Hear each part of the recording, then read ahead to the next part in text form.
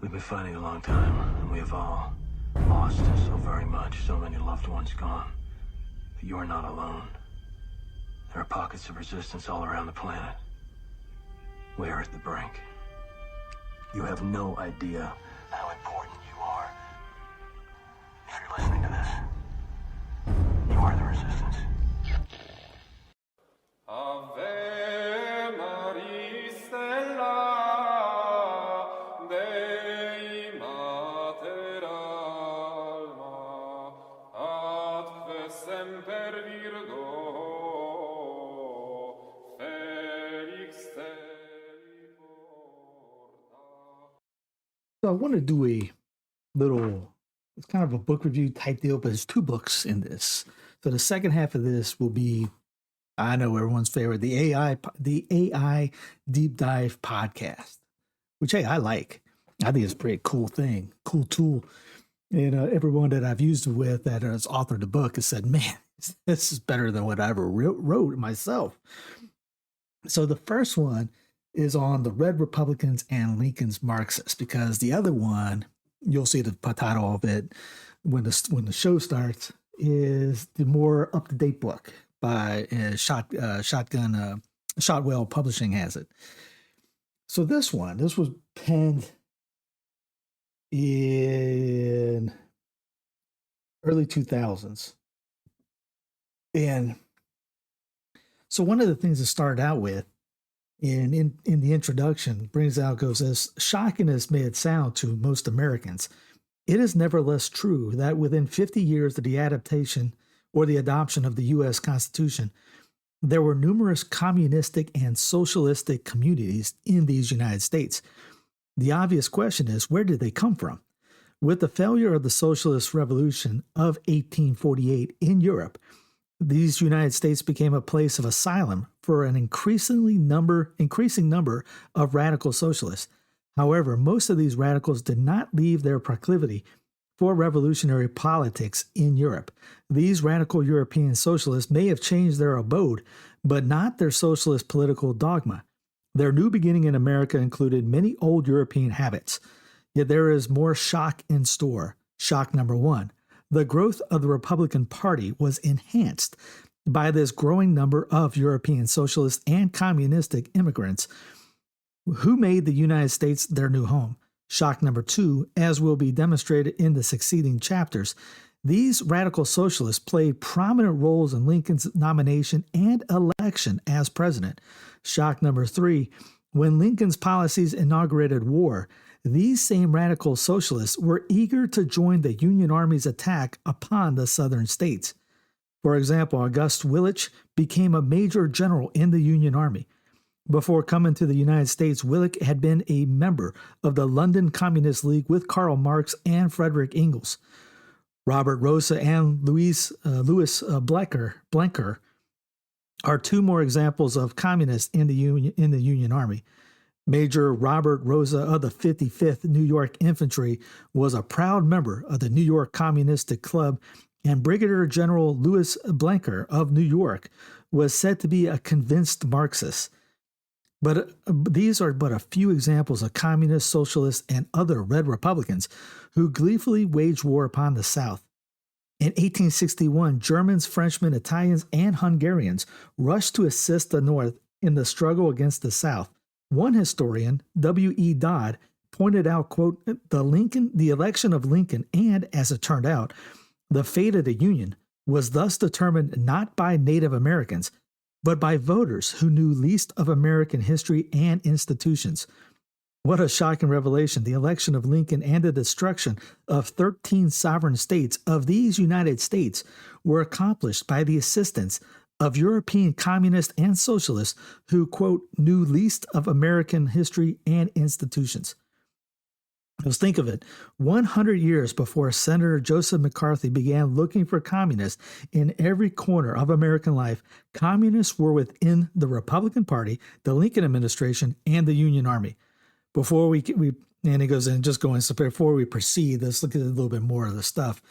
Talk about the revolutions of 1848. The foundation of which was to become the European Socialist Revolution of 1848. This is where you get the idea that you've ever heard of the term the 48ers. Not many people heard of it. There's a good book on the revolution of the year of revolution, 1848, the year of revolution. Revolution 1848 was laid during the turbulent times of the French Revolution. By 1789, the nation of France was in a growing economic crisis. King Louis XVI, the descendant of some of Europe's most autocratic rulers, was forced by the crisis at hand to convene the French Parliament, the Estates General. You already know about this. Storming of Bastille in 1789. Maximilian Robespierre's execution, the Reign of Terror. Even after the Second Revolution in 1830, out of a population of more than 9 million adult males, there were no more than 250,000 qualified voters in France by 1831. The vaunted equality promised by the First Revolution had not been achieved. This point had not been lost on the masses of people in France. 1848, Alexis de Tocqueville, noted author of Democracy in America, rose to speak in the Chamber de Poix in Paris and warned the delegates of the coming socialist crisis. Quote, "The working classes are not bothered by political passions, but do you not see that from political, the passions have become social? Ideas flow through their breasts that will shake the basis of society. They say that everything above them is incapable and unworthy of governing, that the distribution of goods to the profit of some is unjust. When such ideas take root, they lead soon or late, I do not know when, to the most terrible revolutions. We are sleeping on a volcano. Do you not see that the earth trembles anew? A wind of revolution blows. The storm is on the horizon." It says, for the first time in European history, numerous revolts broke out with the demand for redistribution of wealth. From the time of the 1848 revolutions to the present time, the demand of redistribution of other people's wealth has been the clarion call of socialist movements and nations. It should come at no surprise that the graduated income tax was one means by which socialists attempted to redistribute the wealth in 1848. These United States would emulate the socialist experiment when, in 1862, Abraham Lincoln instituted the first progressive income tax in these United States. Along with the income tax, Lincoln's law created an Internal Revenue Service, the forerunner of today's IRS. One unavoidable result of this attack by European socialists upon the rich was a decrease in the amount of work available for the working masses. It goes on, by 1850, many radical socialists found themselves on the run and looking for a place to make a new start in their lives. Many such men and women set their sights on these United States of America. These European socialists and communists found its way across the Atlantic and put down roots in America. According to Theodore Draper, in his book, The Roots of American Communism, the first Marxist socialists in these United States were refugees of the 1848 German Revolution. As soon as these radical socialists established a home in the New World, they began practicing their old world political habits. The newly arriving socialists were coming to a nation that was not devoid of socialist and communist societies. The philosophy of social reform already had a rather large following in these United States, although, for the most part, it was located in the North and not the South. For this and other reasons, the northern states, from Massachusetts to Wisconsin, became the home of the newly arriving European socialists.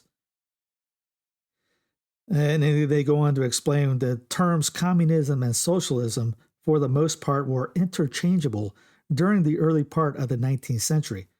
Although Karl Marx's Communist Manifesto was published in 1848, he did not coin the word communist. Marx did not play a major part in the socialist movement until after the failures of the 1848 revolutions. Before the time of Marx, anyone who believed in collective ownership of property and the ability of man to perfect his society was identified as either a communist or a socialist. Since the coming of the Bolshevik Revolution in Russia in 1917, the term communist has been reserved for the followers of Marx. Nevertheless, the foundational principles of socialism, communism, whether in the 19th or the 20th century, are the same. The basic points of socialism, communism are as follows: collective ownership of the means of production and distribution, leaving little or no room for free market activity; centralized government, since the means of production and distribution are to be controlled by the government, it is only natural that one large government is needed in order to discharge its manifold obligations. This leaves little or no room for a local government. All such government must be made subservient to the central government. Exactly what we have today. Directly related to the second point is the view of absolute allegiance to the socialist government. Nothing is to come before the state. Being an authoritarian state, most socialist regimes will ensure loyalty to the state by propaganda, national education, or by the police power of the state with the use of organizations such as the KGB or the Gestapo. Political dissension is not allowed once the socialist state has been established. After all, only a crazy person would try to overthrow a utopian socialist paradise. A near religious belief in the total equality of man.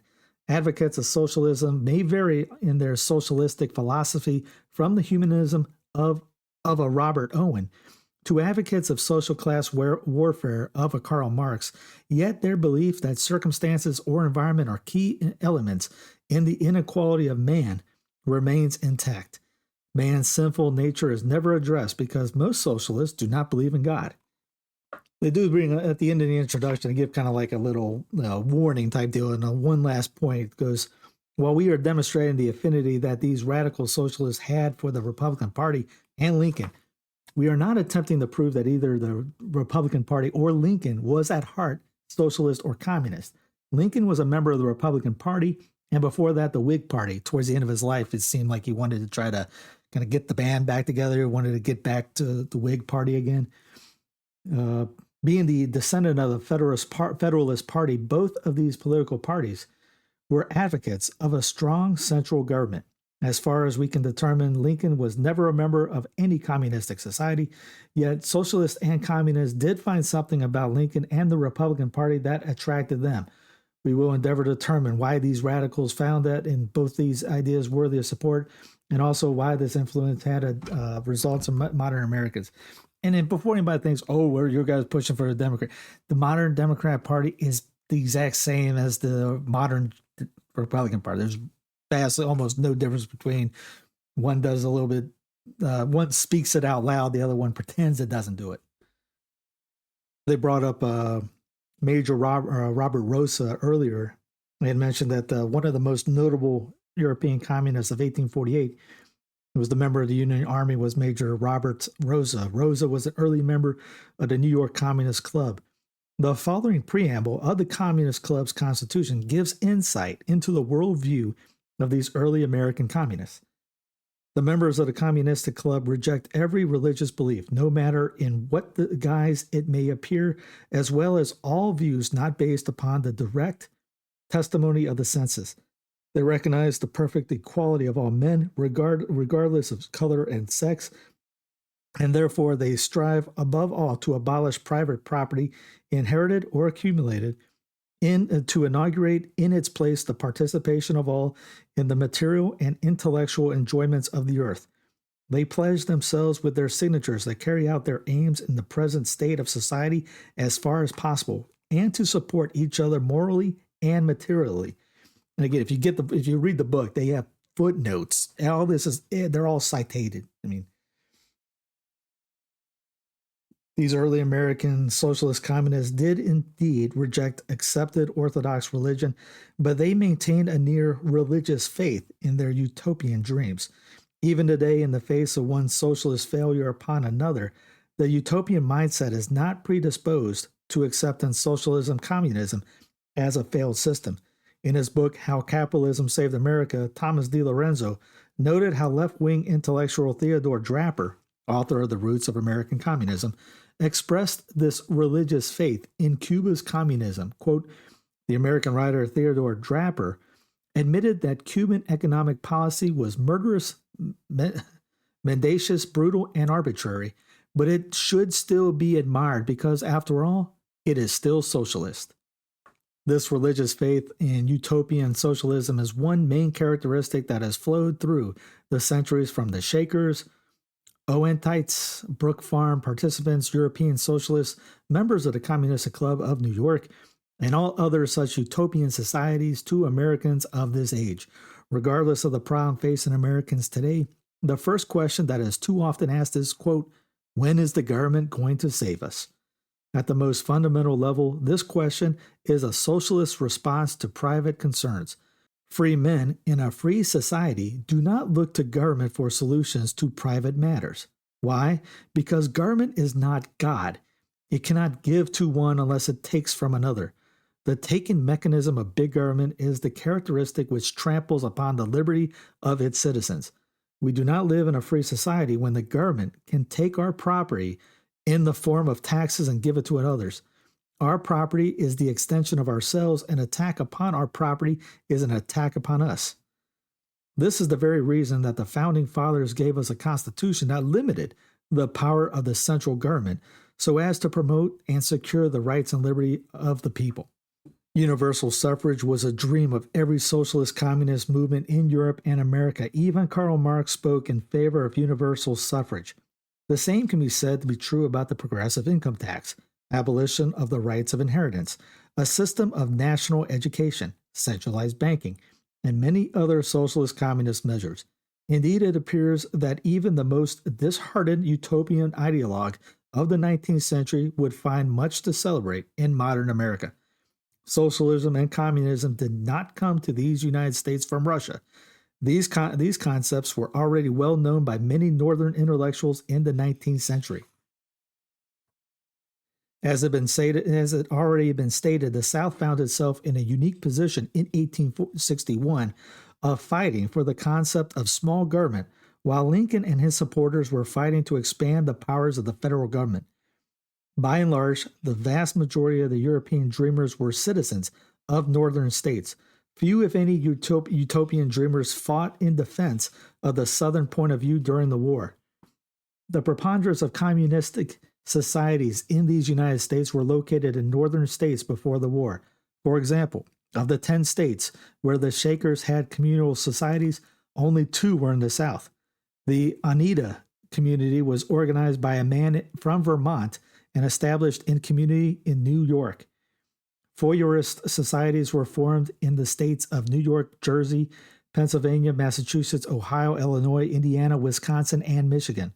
The famous Brook Farm was in Massachusetts. The Icarians did have one community started in Texas, but not from local Texans. This group later removed to Illinois. The point here is that it appears that the South never offered a pleasant an environment for utopian dreamers as did the North. This seems to have been held true up into the 20th century. According to Theodore Draper, by 1923, most communists in America could be found in cities such as New York, Chicago, Boston, Minneapolis, Cleveland, and Detroit. Note we do not see Charleston, New Orleans, or any southern city mentioned in the above listed cities.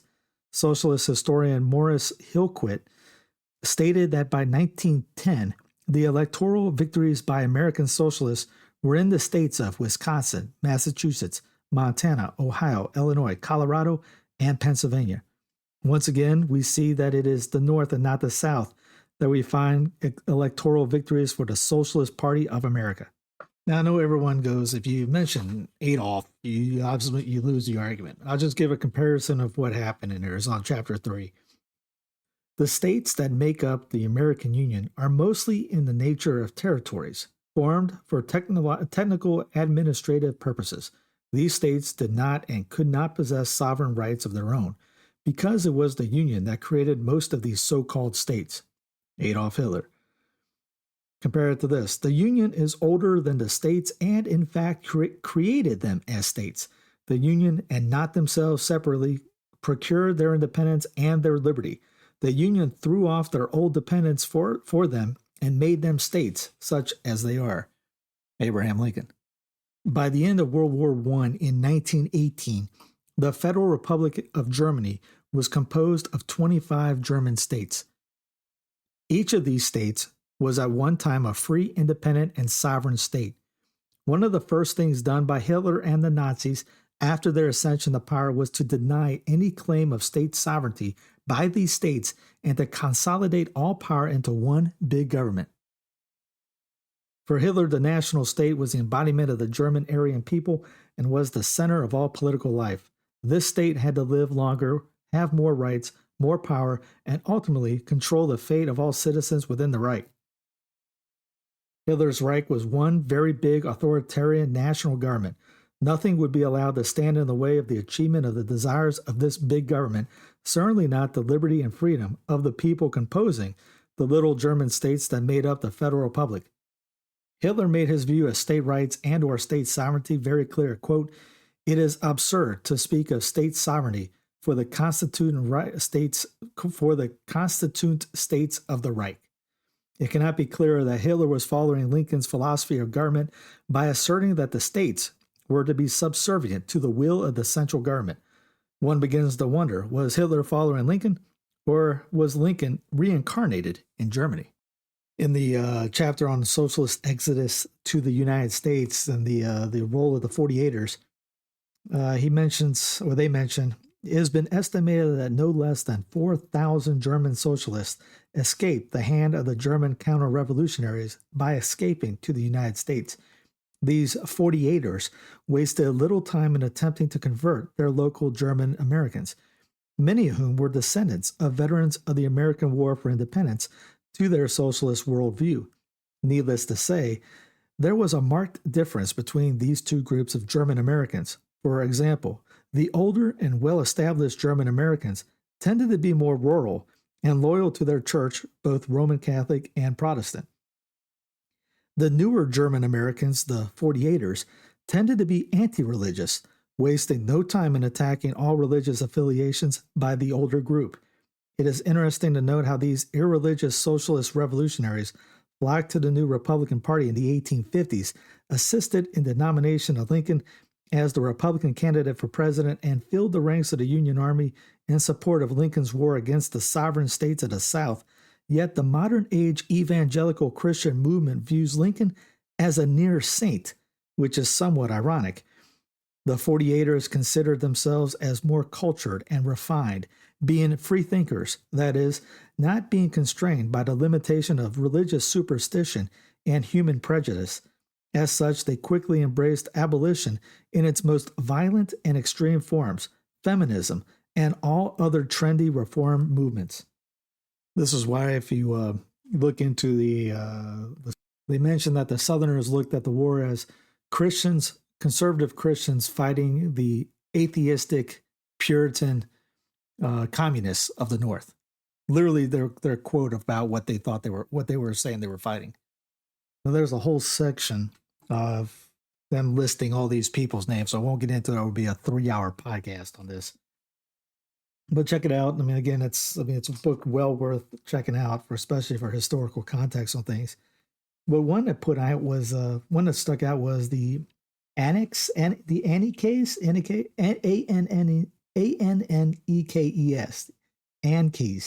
maybe.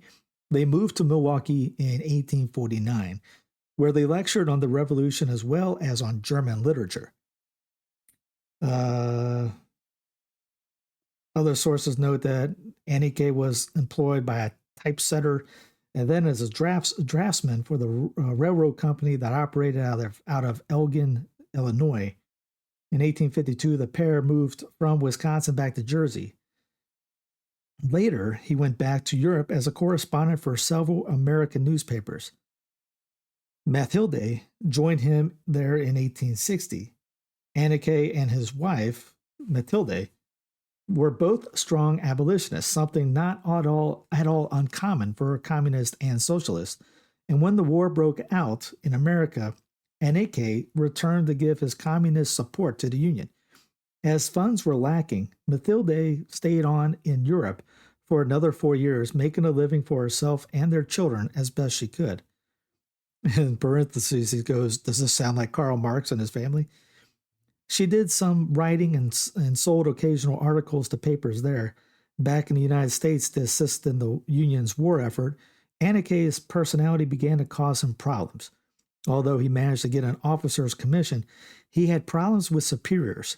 No doubt unsophisticated Americans could not adequately appreciate his Prussian bearing, and ultimately he lost his commission, being discharged from service in 1863. Mathilde comes across as one of the original radical feminists. During the formative years of her life, she was a strong Roman Catholic. With her marriage to Fritz Heneke in 1847, with his communist views, and with the death of her father at the same time, she lost her attachment to Catholicism and metamorphosed into a radical freethinker. To put it more bluntly, she apostatized from her faith, rejecting that which she had been taught as true and exchanging it for the lie of communism. Her husband played a leading role in her descent from truth into socialism. Her husband introduced Mathilde to Karl Marx and other leading men of the revolution. During the revolution in Germany, she would often be seen alongside her husband in the midst of many hard-fought battles. It mentions that they had the three kids died of smallpox because Fritz, acting out of his own principles, refused to allow them to get vaccinated.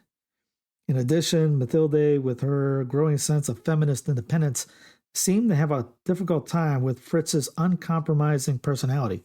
Although their marriage was never dissolved in 1861, they basically went their own way to pursue their versions of a socialistic utopian future. With the help of Cecilia Kapp, the cousin of the 48er Friedrich Kapp, in 1865, Mathilde opened what has been described as a progressive girls' school in Milwaukee. Both in her work and promoting her socialist ideology, she was far from lazy. While attacking the capitalist system, she maintained her business and preached the glories of socialism at the same time. Like most of the 48ers, Mathilde never lost her zeal for socialism. After coming to the United States, she never ceased expounding the virtues of the 1848 revolutions in Europe.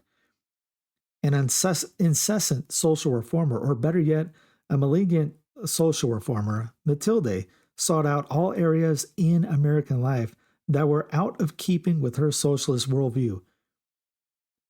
Along with Elizabeth Cady Stanton and Susan B. Anthony, she rallied to the feminist cause. As an eloquent speaker, she spoke out for the feminist agenda and even lobbied in Washington, D.C. for the feminist cause.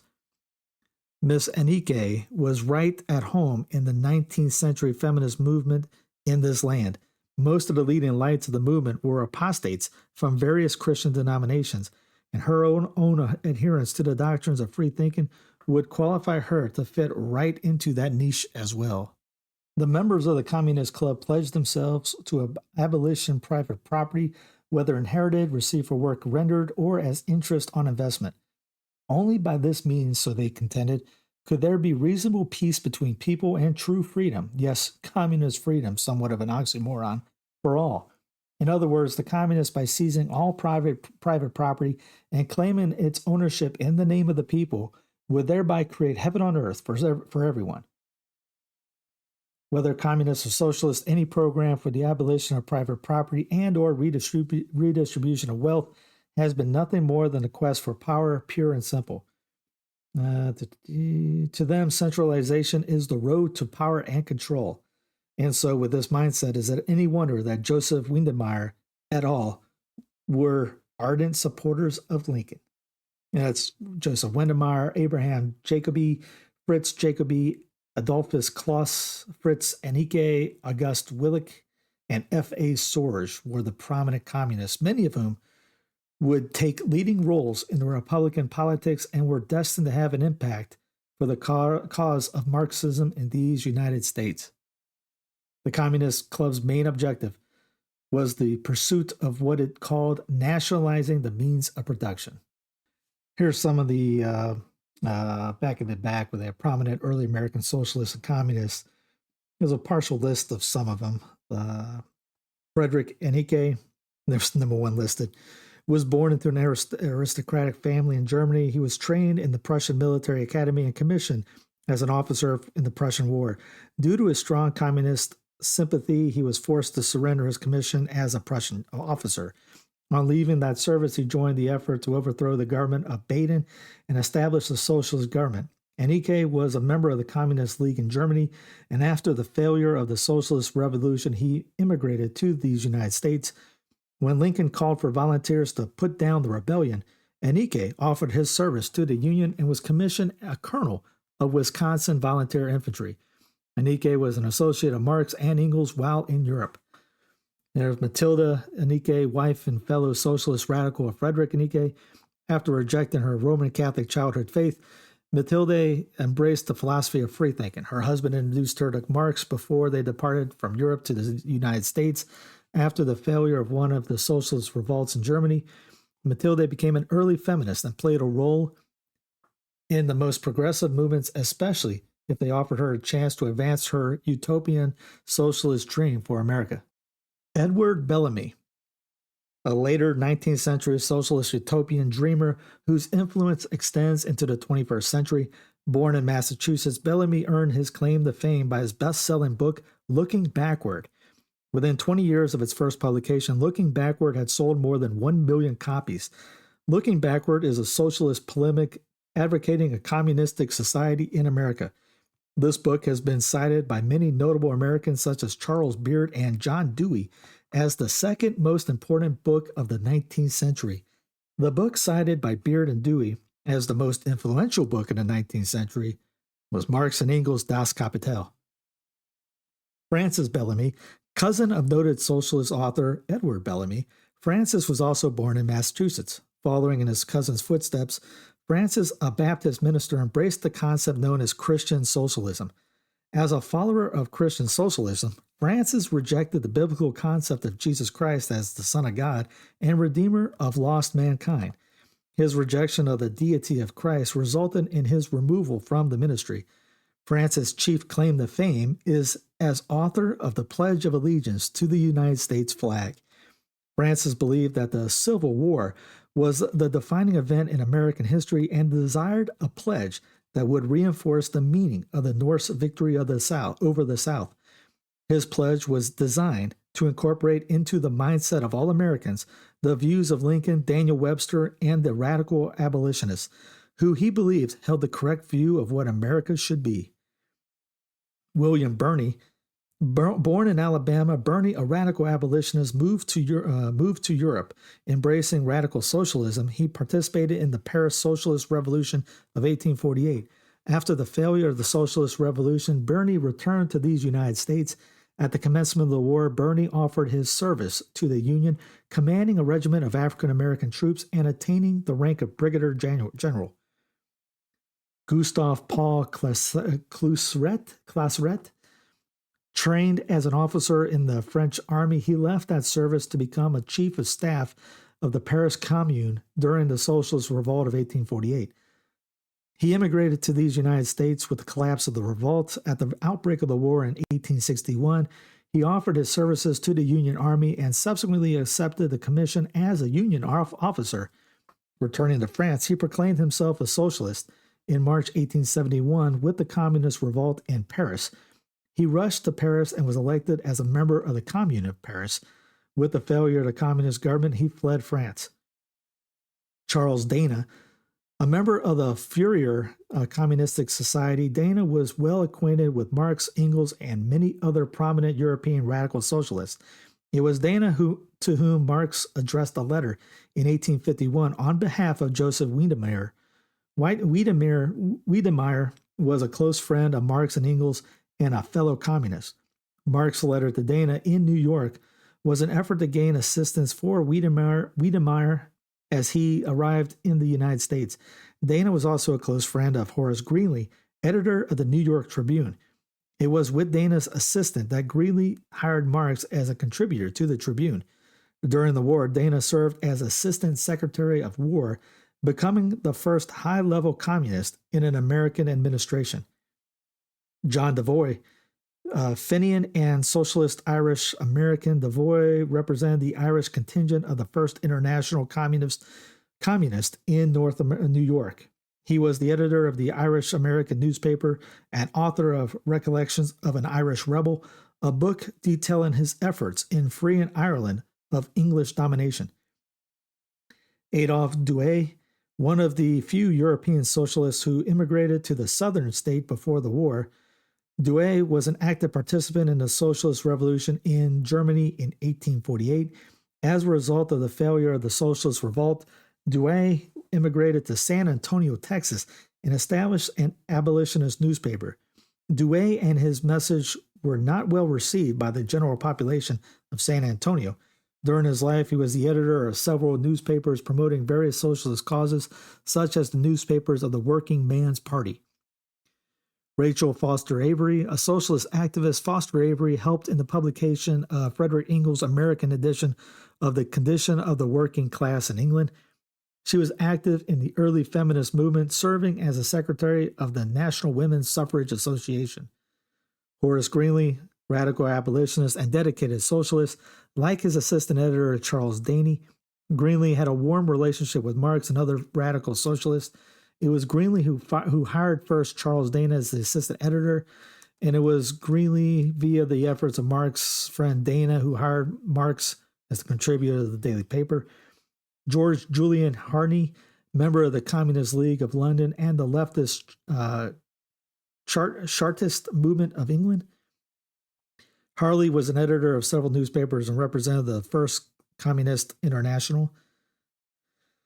Harley immigrated into the United States in 1860 and served as a mid-level bureaucrat in the state of Massachusetts. Frederick Kapp, a participant of the 1848 German Revolution, upon the collapse of the Socialist Republic, Kapp sought asylum in the United States. Kapp returned to Germany after serving as the Union cause during the war between the states.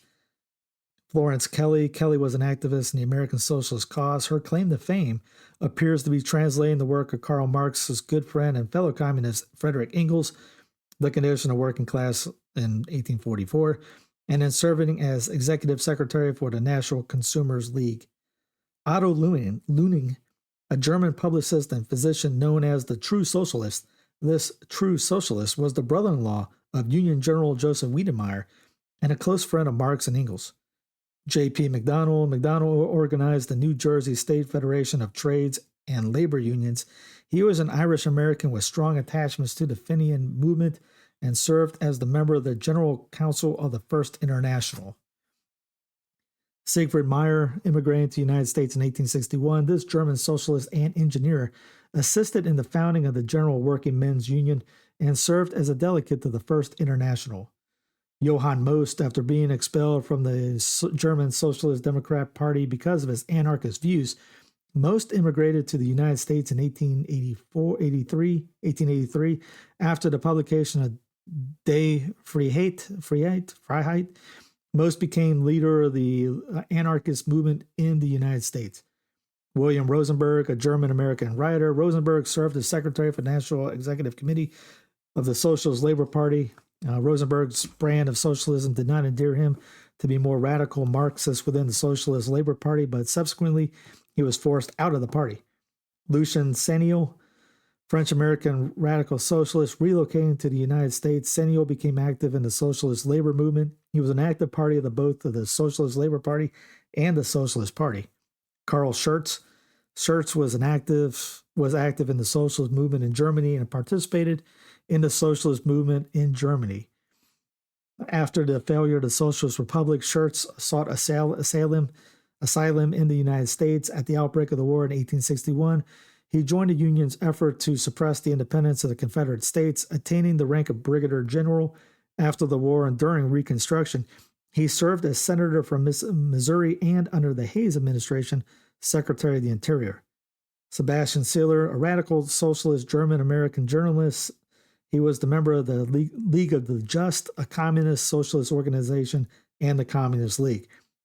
He was an active communist and socialist. He was active in communist and socialist organizations in the United States. William T. Sherman. While doing research for this book, the author came across his name in a list of approved socialist communists in America. The press of the Communist Party of the United States published the book from which this name, as well as names of other leading socialist communists, was taken.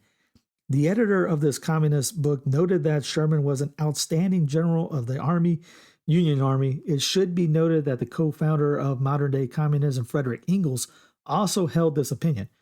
Both Sherman and John Sherman, Senator John Sherman, his brother, believed in a strong, indivisible central government. Franz Sigel, commander of the socialist troops in the Baden, Germany, revolt in 1849. With the failure of the socialist revolution, Sigel sought asylum in the United States. At the outbreak of the war, Sigel volunteered for service in the Union Army and rose to the rank of Major General. John Swinton, journalist and socialist. Swinton served as managing editor of the New York Times during the war between the states. Swinton had a founding member of the Socialist Labor Party and served as editor for several working journals. Benjamin Tucker, founder of the Radical Review and Liberty. Tucker was an avowed anarchist.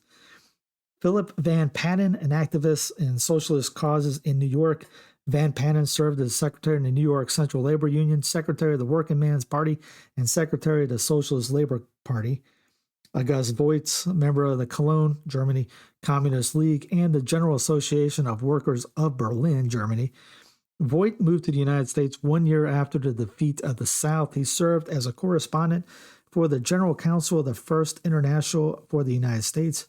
Otto Walther. Walther was a German-American socialist leader, a member of the Executive Council of the Socialist Labor Party of New York, and the editor of several socialist label journals. Wilhelm Wetling, German-American socialist labor leader, described as a utopian communist in 1837. Wetling joined the League of the Just, a utopian socialist communist organization. Between 1835 and 41, he was an active propagandist for communist ideas in France and Switzerland, taking flight to the United States in the early 1850s. He lived in New York City, where he edited several socialist communist newspapers. Edgar Westphalen, Marx's brother-in-law. As a young man, Westphalen and Marx were schoolmates. Joining the Communist League in 1846, he began his lifelong association with Marx and Marx's system of communism. Westphalen moved to and lived in the United States, bringing with him his love for socialism. Joseph Weydemeyer, Brigadier General Weydemeyer of the Union, that is, United States Army, has been described by a communist publication as a pioneer American Marxist. Weydemeyer was active in his socialist revolution in Germany and as a result had to flee his homeland.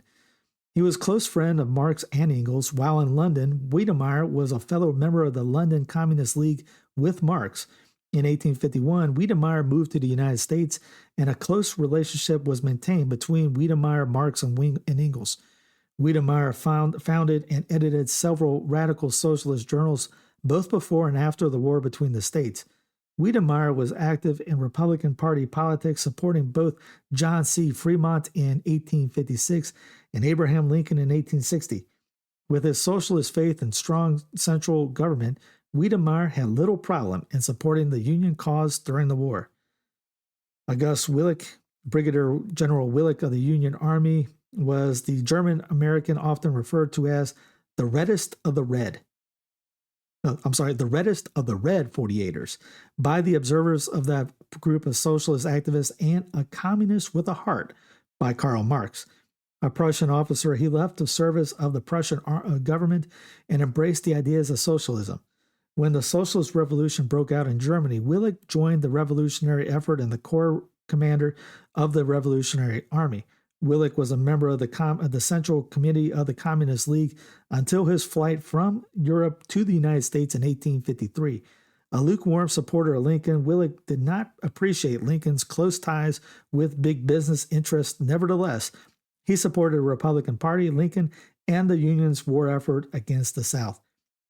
Victoria Woodhull, early American feminist and social reformer. Woodhull was a delegate to Section 12 of the First International in New York City. With the assistance of her sister, Tennessee Claflin, she founded and edited the social activist journal Woodhull and Claflin's Weekly.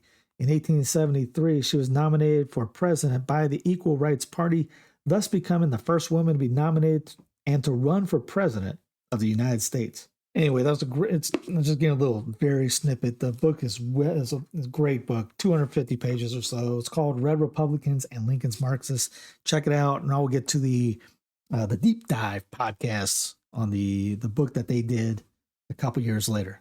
Welcome to the deep dive. We're here to crack open complex sources, pull out the critical insights, and hopefully reshape how you understand history a little bit. Yeah, and today we're tackling some pretty intense material. Definitely. We're looking at sources that claim there's this deep, intentional ideological link between Abraham Lincoln, the early GOP, and some very radical socialist and communist revolutionaries from Europe back in the mid-19th century. That's right. That's the core argument in the documents we've been digging through. They're really asserting a direct, purposeful connection between Lincoln's political aims, the early Republican Party's goals, and the agenda of European Marxists, specifically the German radicals, the 48ers. Right, the 48ers. These were the guys whose revolutions in Europe, 1848, they failed pretty spectacularly. Utterly failed, yeah, across places like Prussia, Austria. They were essentially run out. Okay, so our mission here isn't just, pointing out a coincidence. It's trying to trace how these revolutionary ideas violently rejected over there somehow found, a political vehicle, even a military platform, right here in the U.S. Exactly. And leading up to and during the conflict, the sources call the War for Southern Independence. And to really grasp how radical this connection supposedly was, the sources say we need to start with the military angle, which is kind of stunning. It really is, because this wasn't just like intellectual cheerleading from afar. It was immediate high-level involvement of actual European communists in the Union Army Officer Corps. Okay, yeah, this is where the names really jump out. The sources give specific examples that, frankly, are pretty shocking. Take August Willich. He ends up a major general in the Union Army. A major general. Okay. But before that, he was in London, a member of the Communist League, working side by side with Karl Marx and Frederick Engels. Wait, working with Marx and Engels? Literally. Marx's comrade in the League. And then he becomes a two-star general in the U.S. Army fighting for the Union. A communist associate of Karl Marx as a Union major general. I mean, how is that not a massive political problem? How did Lincoln's party just absorb these known radicals? Well, the sources seem to suggest that the political situation in the North, it had shifted so much by then. Yeah. Shared goals like abolitionism, centralization, this strong anti-states' rights feeling. These apparently outweigh the concerns about their, economic radicalism. So they were seen as useful allies, effective, motivated. And crucially, ideologically aligned on the big picture stuff, the need for a strong central government, the end of slavery, crushing the idea of secession. And it wasn't just him, right? This wasn't an isolated case. Oh, no, not at all. Yeah. The source would point to Major Robert Rosa, 45th New York Infantry. He was an active member of the New York Communist Club. Okay. And then there's Brigadier General Louis Blenker. His division, McClellan apparently called it a rabble later on, but Blenker himself is described in the material as a convinced Marxist. A convinced Marxist leading a Union division. These weren't just footnotes. They were leading thousands of men. So you've got this whole group, highly ideological, radical European socialists, communists, taking up arms for the Union, which leads right to that big question the sources push. Why? Why did they feel this connection, this kinship with Lincoln and the Republicans? Exactly. Why embrace the centralization, the indivisible republic idea, and what the sources call this really visceral hatred of states' rights? It has to be philosophical, right? Which means we need to unpack what people even meant by terms like liberty and equality back then. The definitions seem key. Absolutely. Language is critical here. The sources really stress that in the early to mid-1800s, words like socialism and communism, they were pretty much used interchangeably. Okay, so what was the common thread? Broadly, they referred to any system based on collective ownership. Right. And, importantly, the forceful rejection of private property. And why reject private property so strongly? What was the fundamental issue for them? The core logic, coming from Marx and others, was that private property is basically the original sin of society. The original sin? Why? Because it's the most obvious, undeniable proof of inequality. And since the ultimate goal, the utopia for these early socialists, was perfect, absolute equality. Then private property had to go. Systematically eliminated. Yeah. And more than that, competition, the free market, the engine of the whole classical liberal idea, they saw that not as creating wealth, but as the direct cause of greed, selfishness, exploitation. It wasn't just theory, though, was it? Didn't the sources mention earlier attempts at this kind of thing in America, even before the 48ers showed up? Oh yes. Long before the war, you had American groups already experimenting with communal living. The sources point to the Shakers, for instance. Right. And maybe the most famous is the Oneida community, founded by John H. Noyes. And get this, the sources call Noyes the first historian of communism in the United States. Wow, okay. And there were others. Yeah, the Fourier societies like Brook Farm, that one even had support from respected American transcendentalists. So the idea was definitely circulating on the fringes.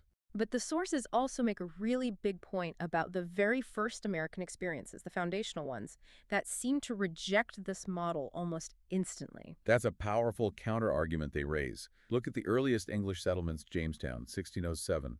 The Pilgrims at Plymouth, 1622. They initially set up communal systems. Everything went into a common store. And the result? Disaster, starvation, systemic failure. The sources are explicit. The model collapsed because, well, basic human nature. Unequal effort gets the same reward. People stop working hard. So they had to abandon it. Quickly. They switched to private ownership, assigned private plots of land, and only then did the colonies start to actually survive and prosper.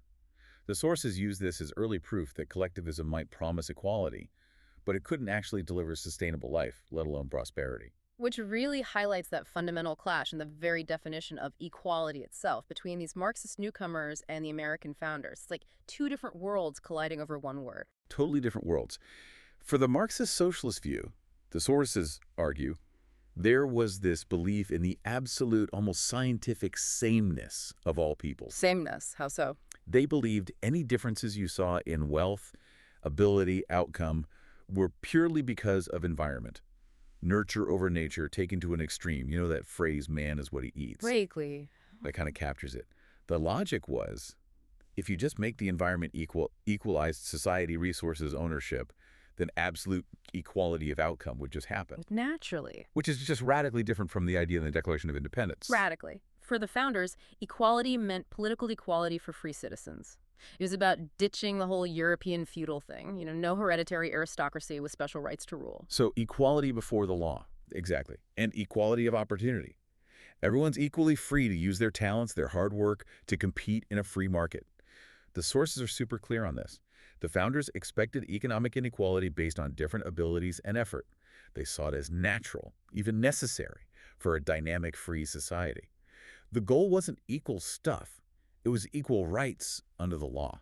And this difference, it directly explains why the founders were so wary of pure democracy. Absolutely explains it. They looked at democracy, just pure majority rule, 50+1 gets whatever it wants, and they were genuinely afraid of it. Why afraid? They saw it leading inevitably to the dictatorship of the majority, where the mob could just vote to take away the property or the rights or even the lives of any minority group that fell out of favor. That's precisely why they set up a constitutional republic. With checks and balances. Exactly. A complex system designed specifically to slow things down, protect minority rights, especially property rights. James Madison wrote about this, didn't he? Yeah. In the Federalist Papers. He was crystal clear. Madison warned that pure democracy was, and I quote loosely here, incompatible with personal security or the rights of property. He saw it as inherently unstable, prone to faction and violence. And he specifically rejected the socialist dream. Explicitly. He rejected the whole utopian idea that just giving everyone equal political rights would magically lead to everyone having equal amounts of stuff, or identical opinions, or the same passions. He knew people were different, inherently diverse. But the sources argue it was exactly that other idea, mandatory socialist equality, enforced by the majority through democracy, that the 48ers brought over and pushed into the Republican Party. That's the argument. They imported their vision. Which brings us squarely to the 48ers themselves, this wave of revolutionaries flooding into America. We need to grasp the scale of this and the agenda they came with. Right. The timing is key. We're talking roughly 1830 to 1855. Right. But the big surge was right after those failed 1848 revolutions. Especially in the German states. Yes. Those revolts got crushed hard by the monarchies. So you had thousands of the most radical socialists, communists, intellectuals basically forced to flee. And they landed mainly in the northern cities, the Midwest. And the sources mention a historian, Theodore Draper. Yeah, Draper apparently confirms that the very first organized Marxist socialists in America were these German refugees. They weren't just immigrants seeking a new life, they were organized ideologues. And they weren't just looking to fit in, were they? The sources say they had a mission. A cultural mission, as the sources put it. The goal wasn't assimilation, it was transformation. To basically dismantle the American system as it was and remake it according to their socialist worldview. Wow. They actually thought they could remake America. The historian Karl Wittke, cited in the sources, wrote that the 48ers actually dreamed of an intellectual conquest of the United States, which would become the fulcrum for world revolution. A fulcrum for world revolution. That's ambitious. It was an explicit goal. Very different from, say, the Puritans' city on a hill idea. This was about using America as a base to launch a global transformation based on their ideology. And part of this mission, the sources say, involved a real clash with American religious culture, this free-thinking idea. Yes, this is a crucial link they draw. Many 48ers were openly disdainful of traditional American Christianity. They apparently hated things like American Sabbatarianism, the Sunday Blue laws, and they publicly mocked religious superstitions. So they were secular humanists, basically. Many identified as freethinkers, which meant they rejected any authority outside of human reason. No God, no Bible, just reason alone. Why is that politically significant, according to the sources? Because the founders' whole system limited government, checks and balances, rights coming from a creator. It was deeply rooted in a worldview that saw human nature as flawed, needing restraint, often drawing from biblical concepts. The sources argue that when the freethinkers rejected that moral framework, they basically removed the brakes on political action.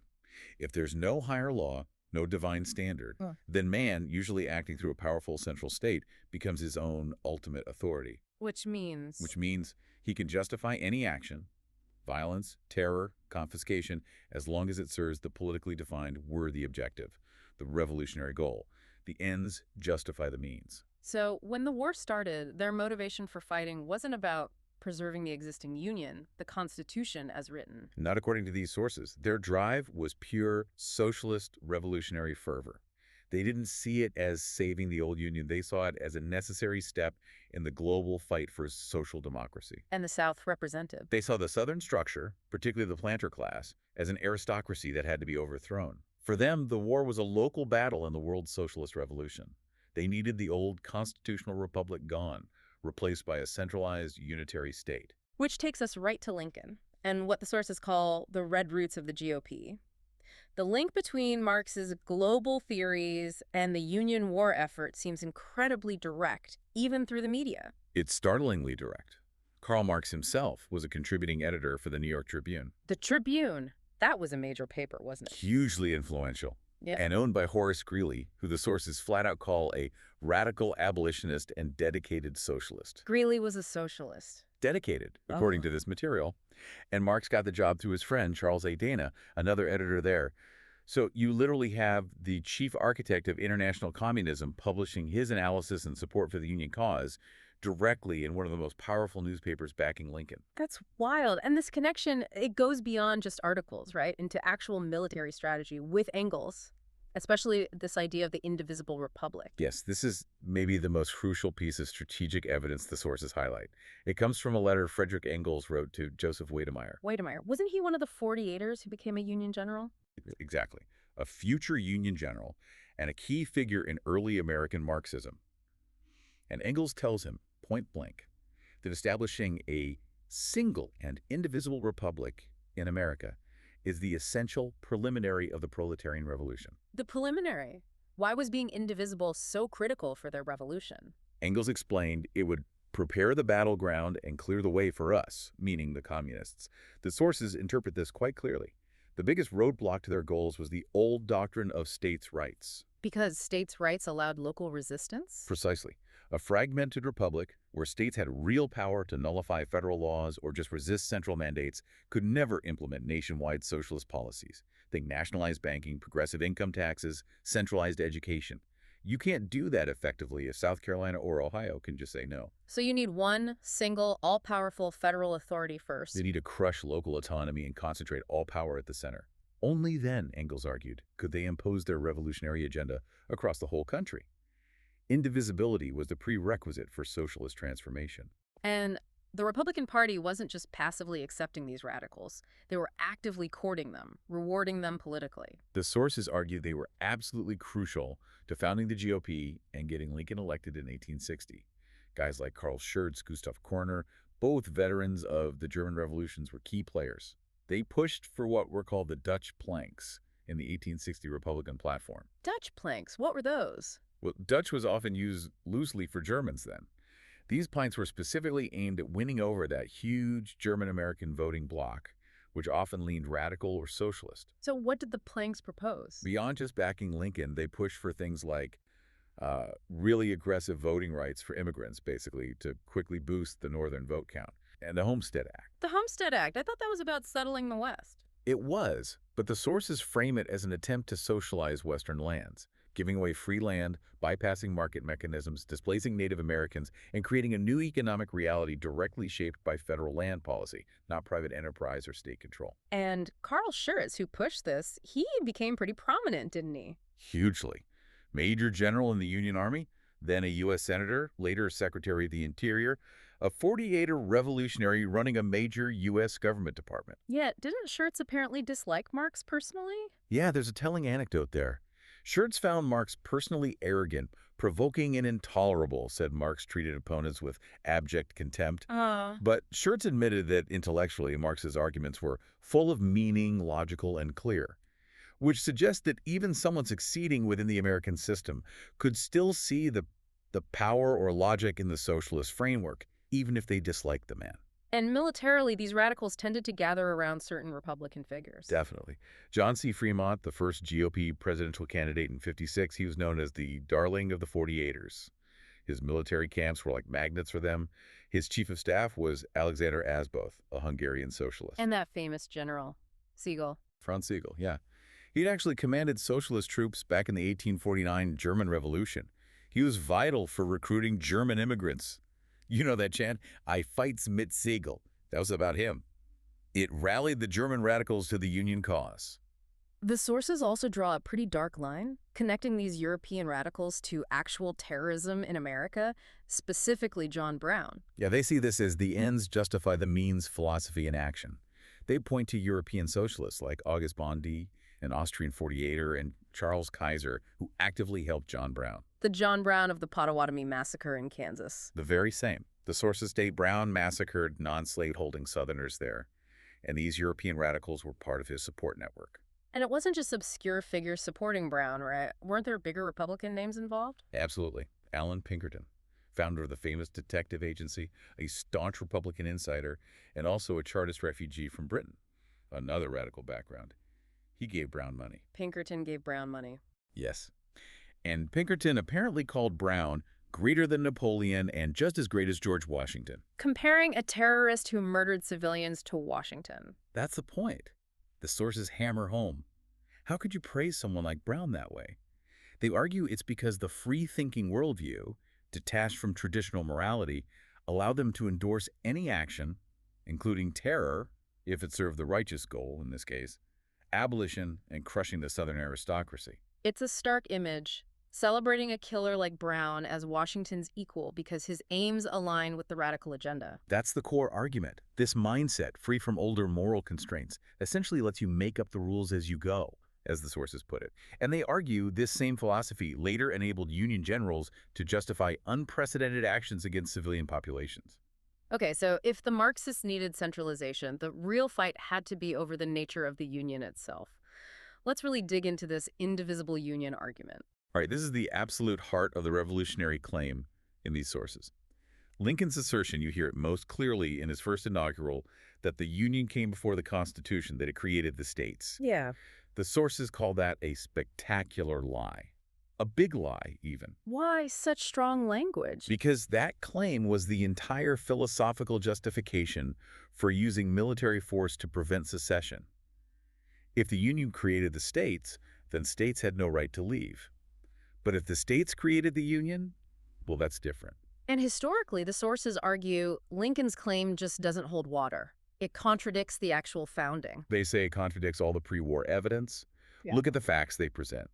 Before the Declaration, the colonies were already acting like independent states, raising armies, levying taxes. Right. Then the Constitution itself. Article 7 says it was ratified by the people of each state acting independently. Powers not explicitly given to the federal government were reserved to the states or the people. That's 10th Amendment. And specific states even put conditions on joining. It's exactly. New York, Massachusetts, Virginia, Rhode Island. They ratified with explicit statements saying they reserved the right to resume their powers if the federal government overstepped. The language of states' rights and potential withdrawal was right there at the beginning. If the states made the Union, the sources insist, not the other way around. And the Declaration itself seems to support the idea of separation. Fundamentally, it asserts the right of the people to alter or abolish a government that becomes destructive of their rights. The sources stress. Before 1861, the idea that a state could secede wasn't some crazy Southern invention. It was a widely accepted principle. Accepted by whom? Legal experts. Yes. Legal authorities, respected commentators, even foreign observers. It wasn't seen as treasonous. It was seen as a constitutional option, maybe regrettable, but legitimate. Can you give an example who was teaching this? William Rawle. His book, A View of the Constitution, published 1825. It was a constitutional law textbook at the time. And guess where it was used? Where? West Point, the U.S. Military Academy. Seriously. And Rawle's textbook explicitly defended a state's right to secede. It argued it was consistent with the whole principle of self-government. So an entire generation of Army officers, North and South, were taught from a book that said secession was constitutionally possible. That's incredible. What about foreign observers? Alexis de Tocqueville, famous French observer of America in the 1830s. He wrote that the Union was clearly formed by the voluntary agreement of the states. And he addressed secession. Directly. He said if a state decided to leave, it would be difficult to disprove its right to do so. And he added that the federal government really had no rightful power to force a state to stay. The understanding for decades was the Union was voluntary, held by consent, not coercion. Okay, so if that was the original understanding, why was Lincoln's rejection of it, this insistence on a permanent indivisible union, so crucial for the socialists and Marxists? Because their entire project demanded that single centralized command structure we talked about. Remember Engels? The single and indivisible republic was step one. Why? To eliminate states' rights. The great stumbling block. That's what Robert Ingersoll called it, Lincoln's freethinking ally. States' rights were the barrier. They protected local economies, local cultures, individual liberties from being overridden by national dictates. If you want to impose socialism nationwide, you must destroy the constitutional firewall that protects local autonomy. And this is where the sources make that really provocative comparison, linking Lincoln's view of a perpetual union to Hitler's actions in Germany. Yes, it's definitely meant to grab your attention. But the authors are very specific. They're comparing the mechanism, not the entire regimes, the mechanism of destroying statal rights, as they put it. Lincoln's argument that the Union was perpetual, that states couldn't leave, provided the philosophical justification to crush state sovereignty by force. This act of destroying the right of secession, they argue, functionally achieved the same result in America that Hitler later achieved in Germany: the annihilation of meaningful state-level power and the consolidation of all authority at the national level.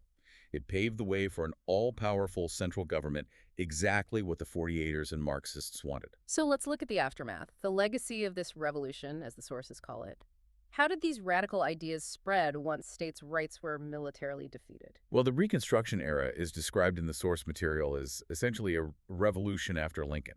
The old guard, the conservatives who believed in the limited Jeffersonian republic, they were basically tumbled out of power and virtually destroyed. And the new regime moved to consolidate power. Quickly. The goal was to solidify the centralized empire and remake the South in its image. And part of that involved deliberately creating racial division. That sounds like the Marxist class warfare strategy. That's exactly the interpretation the sources offer. They even quote Carl Schurz again. Schurz, visiting the South after the war, was apparently surprised by the generally friendly relations he saw between black and white Southerners, despite slavery. He wrote something like, "Centuries of slavery have not been sufficient to make them enemies." And that was a problem for the radicals. A huge problem, according to this view, because the Marxist model needs conflict. It thrives on pitting groups against each other, class against class, or in this case, race against race.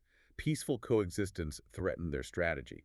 So the argument goes, The centralized Reconstruction government actively worked to create animosity and division between the races in the South, to cement political control and ensure the radical Northern victory held. Wow. Okay. But maybe the most direct evidence the sources offer for this Red Roots idea is the actual implementation of specific socialist policies, policies advocated by Marx and Engels themselves right after the war by the victorious GOP. Yes, they trace this very meticulously. They take points directly from Marx's demands of the Communist Party of Germany and show how they became U.S. policy under Lincoln and the Republicans. Let's hit the big three. First, progressive taxation. Marx advocated that. Explicitly. Yes. Severely progressive taxation. And the very first progressive income tax in American history, complete with federal tax collectors fanning out across the country, established during Lincoln's administration. A massive step towards centralization. Okay, what's second? National banking. Marx demanded that one state bank shall replace all private banks.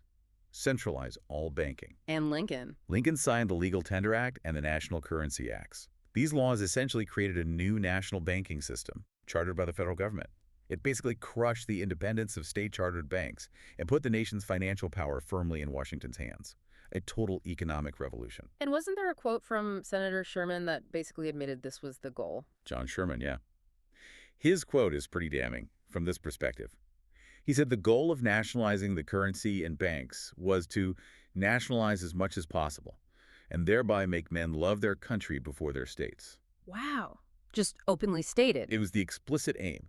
Use money policy to destroy state loyalty and build allegiance to the central government. Pure Hamiltonianism, but also perfectly aligned with the Marxist need for centralization. And the third policy. Free public education. Also a key demand from Marx and Engels.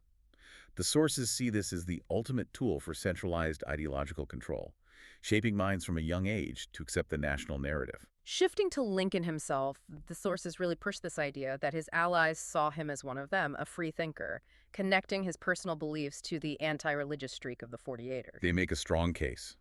Robert G. Ingersoll, again the famous orator, Union colonel, major Republican figure, he openly claimed Lincoln was a fellow freethinker, meaning someone who rejected Orthodox Christianity. Based on what? Ingersoll talked about an essay Lincoln supposedly wrote as a young man that apparently debunked the Bible, called it falsehoods, portrayed Jesus as just a man. According to this story, a friend got worried about Lincoln's political future and burned the essay. So the claim is Lincoln operated outside traditional Christian morality. That's the implication. His own law partner, William Herndon, described Lincoln's faith using terms like natural religion, which the sources argue was code back then for rejecting traditional Christianity and embracing a more humanistic, reason-based theology. Man, not God, is the ultimate measure. And how do the sources connect this Lincoln's alleged free thinking to the brutality of some Union generals during the war? That seems like a leap. They draw a direct line, arguing it explains a contradiction. How could Lincoln, often portrayed as compassionate, authorize generals who waged total war? They point to Sherman, Grant, Halleck enacting policies aimed at civilians, like Sherman ordering his troops to burn 10 or 12 houses of known secessionists, kill a few at random, or his march designed to make Georgia howl and leave the Shenandoah Valley a desert. Unprecedented actions. Unprecedented in Western warfare up to that point, the sources claim. They argue this kind of systematic targeting of civilians was only philosophically possible because the leadership, influenced by this free thinking, ends justify the means approach, felt freed from traditional moral constraints. They could dehumanize Southerners, see them as obstacles to the higher goal of Union preservation, and thus justify actions previously considered barbaric. So the ultimate result of all this, the military victory, the ideological shift, the destruction of the old republic, the creation of this centralized power brings us right to today. That's the final connection the sources make. The permanent loss of real states' rights is the enduring legacy. States, they argue, went from being semi-sovereign partners in a compact to essentially being administrative districts of Washington, D.C. They have privileges granted by the feds, not inherent rights. The quote you mentioned earlier comes to mind, "If you can't leave, you are not free." Exactly. The argument is that Americans effectively traded sovereignty for the promise of perpetual union, and in doing so, lost the fundamental aspect of freedom. And this model, this victory of centralization championed by Lincoln and the radicals, it's still being used today internationally. The sources point to a chilling example from just 2019. China's defense minister, Wei Fenghe. He was justifying China's hardline stance on Taiwan, preventing its independence. And his justification? He cited Abraham Lincoln. He cited Lincoln. He literally said, "The U.S. is indivisible, so is China." He used Lincoln's war to preserve the Union by force as the explicit model and justification for China denying self-determination to Taiwan. Yeah. Lincoln's victory became a blueprint for modern authoritarian control. That's disturbing. And there's one more symbol, right? The Abraham Lincoln Brigade. Yeah, from the Spanish Civil War in the 1930s. American volunteers went to fight fascism, yes, but primarily to advance socialism and communism. And they name themselves after Lincoln. Overwhelmingly radical leftists, socialists, communists, anarchists. Sources say over 60% were actual Communist Party members. Why choose Lincoln? Because, the sources argue, the international radical left recognized Lincoln as their forerunner. They saw his war against states' rights as having delivered the essential prerequisite that centralized, powerful national state that their own revolutionary projects needed. He was their guy. So if we try to boil down the core argument from all the source material, it's basically saying the conflict of 1861 wasn't just about slavery or preserving the status quo. It was really a fundamental collision between two completely opposite ways of seeing the world. Two worldviews. Yeah. On one side, you had the original American Republic, built on states' rights, limited government, certain moral framework demanding restraint, a system the communists, according to these sources, absolutely detested because it blocked their path. Okay. And the other side? The other side was the vision of a centralized, indivisible nation. Championed by Lincoln, yes, but actively fueled and supported by this network of radical socialist and Marxist allies who needed that exact structure, the powerful unified state, as the necessary preliminary for their own revolution, just as Engels said. And the relevance for listeners today, the practical takeaway, according to these sources, is... It's that the seemingly unstoppable growth of big government, now the massive federal bureaucracy, the regulations touching everything, the feeling that local control is impossible, that Washington runs everything, they argue, this stems directly from that ideological victory back in 1865. The destruction of real states' rights at Appomattox wasn't just an end to a war. It fundamentally changed the USA from a compound republic of states into a consolidated federal empire. Wow. Okay. Which leaves us with one last really provocative question, kind of echoing the Declaration of Independence itself. If, as these sources strongly argue, the very essence of self-government rests on the people's ultimate right to alter or abolish their government, which includes the right to leave, then the question becomes, can a people ever be truly free if they aren't free to leave? Is this whole concept of the mandatory indivisible republic actually the final, quiet, but total triumph of that revolutionary socialist worldview here in America?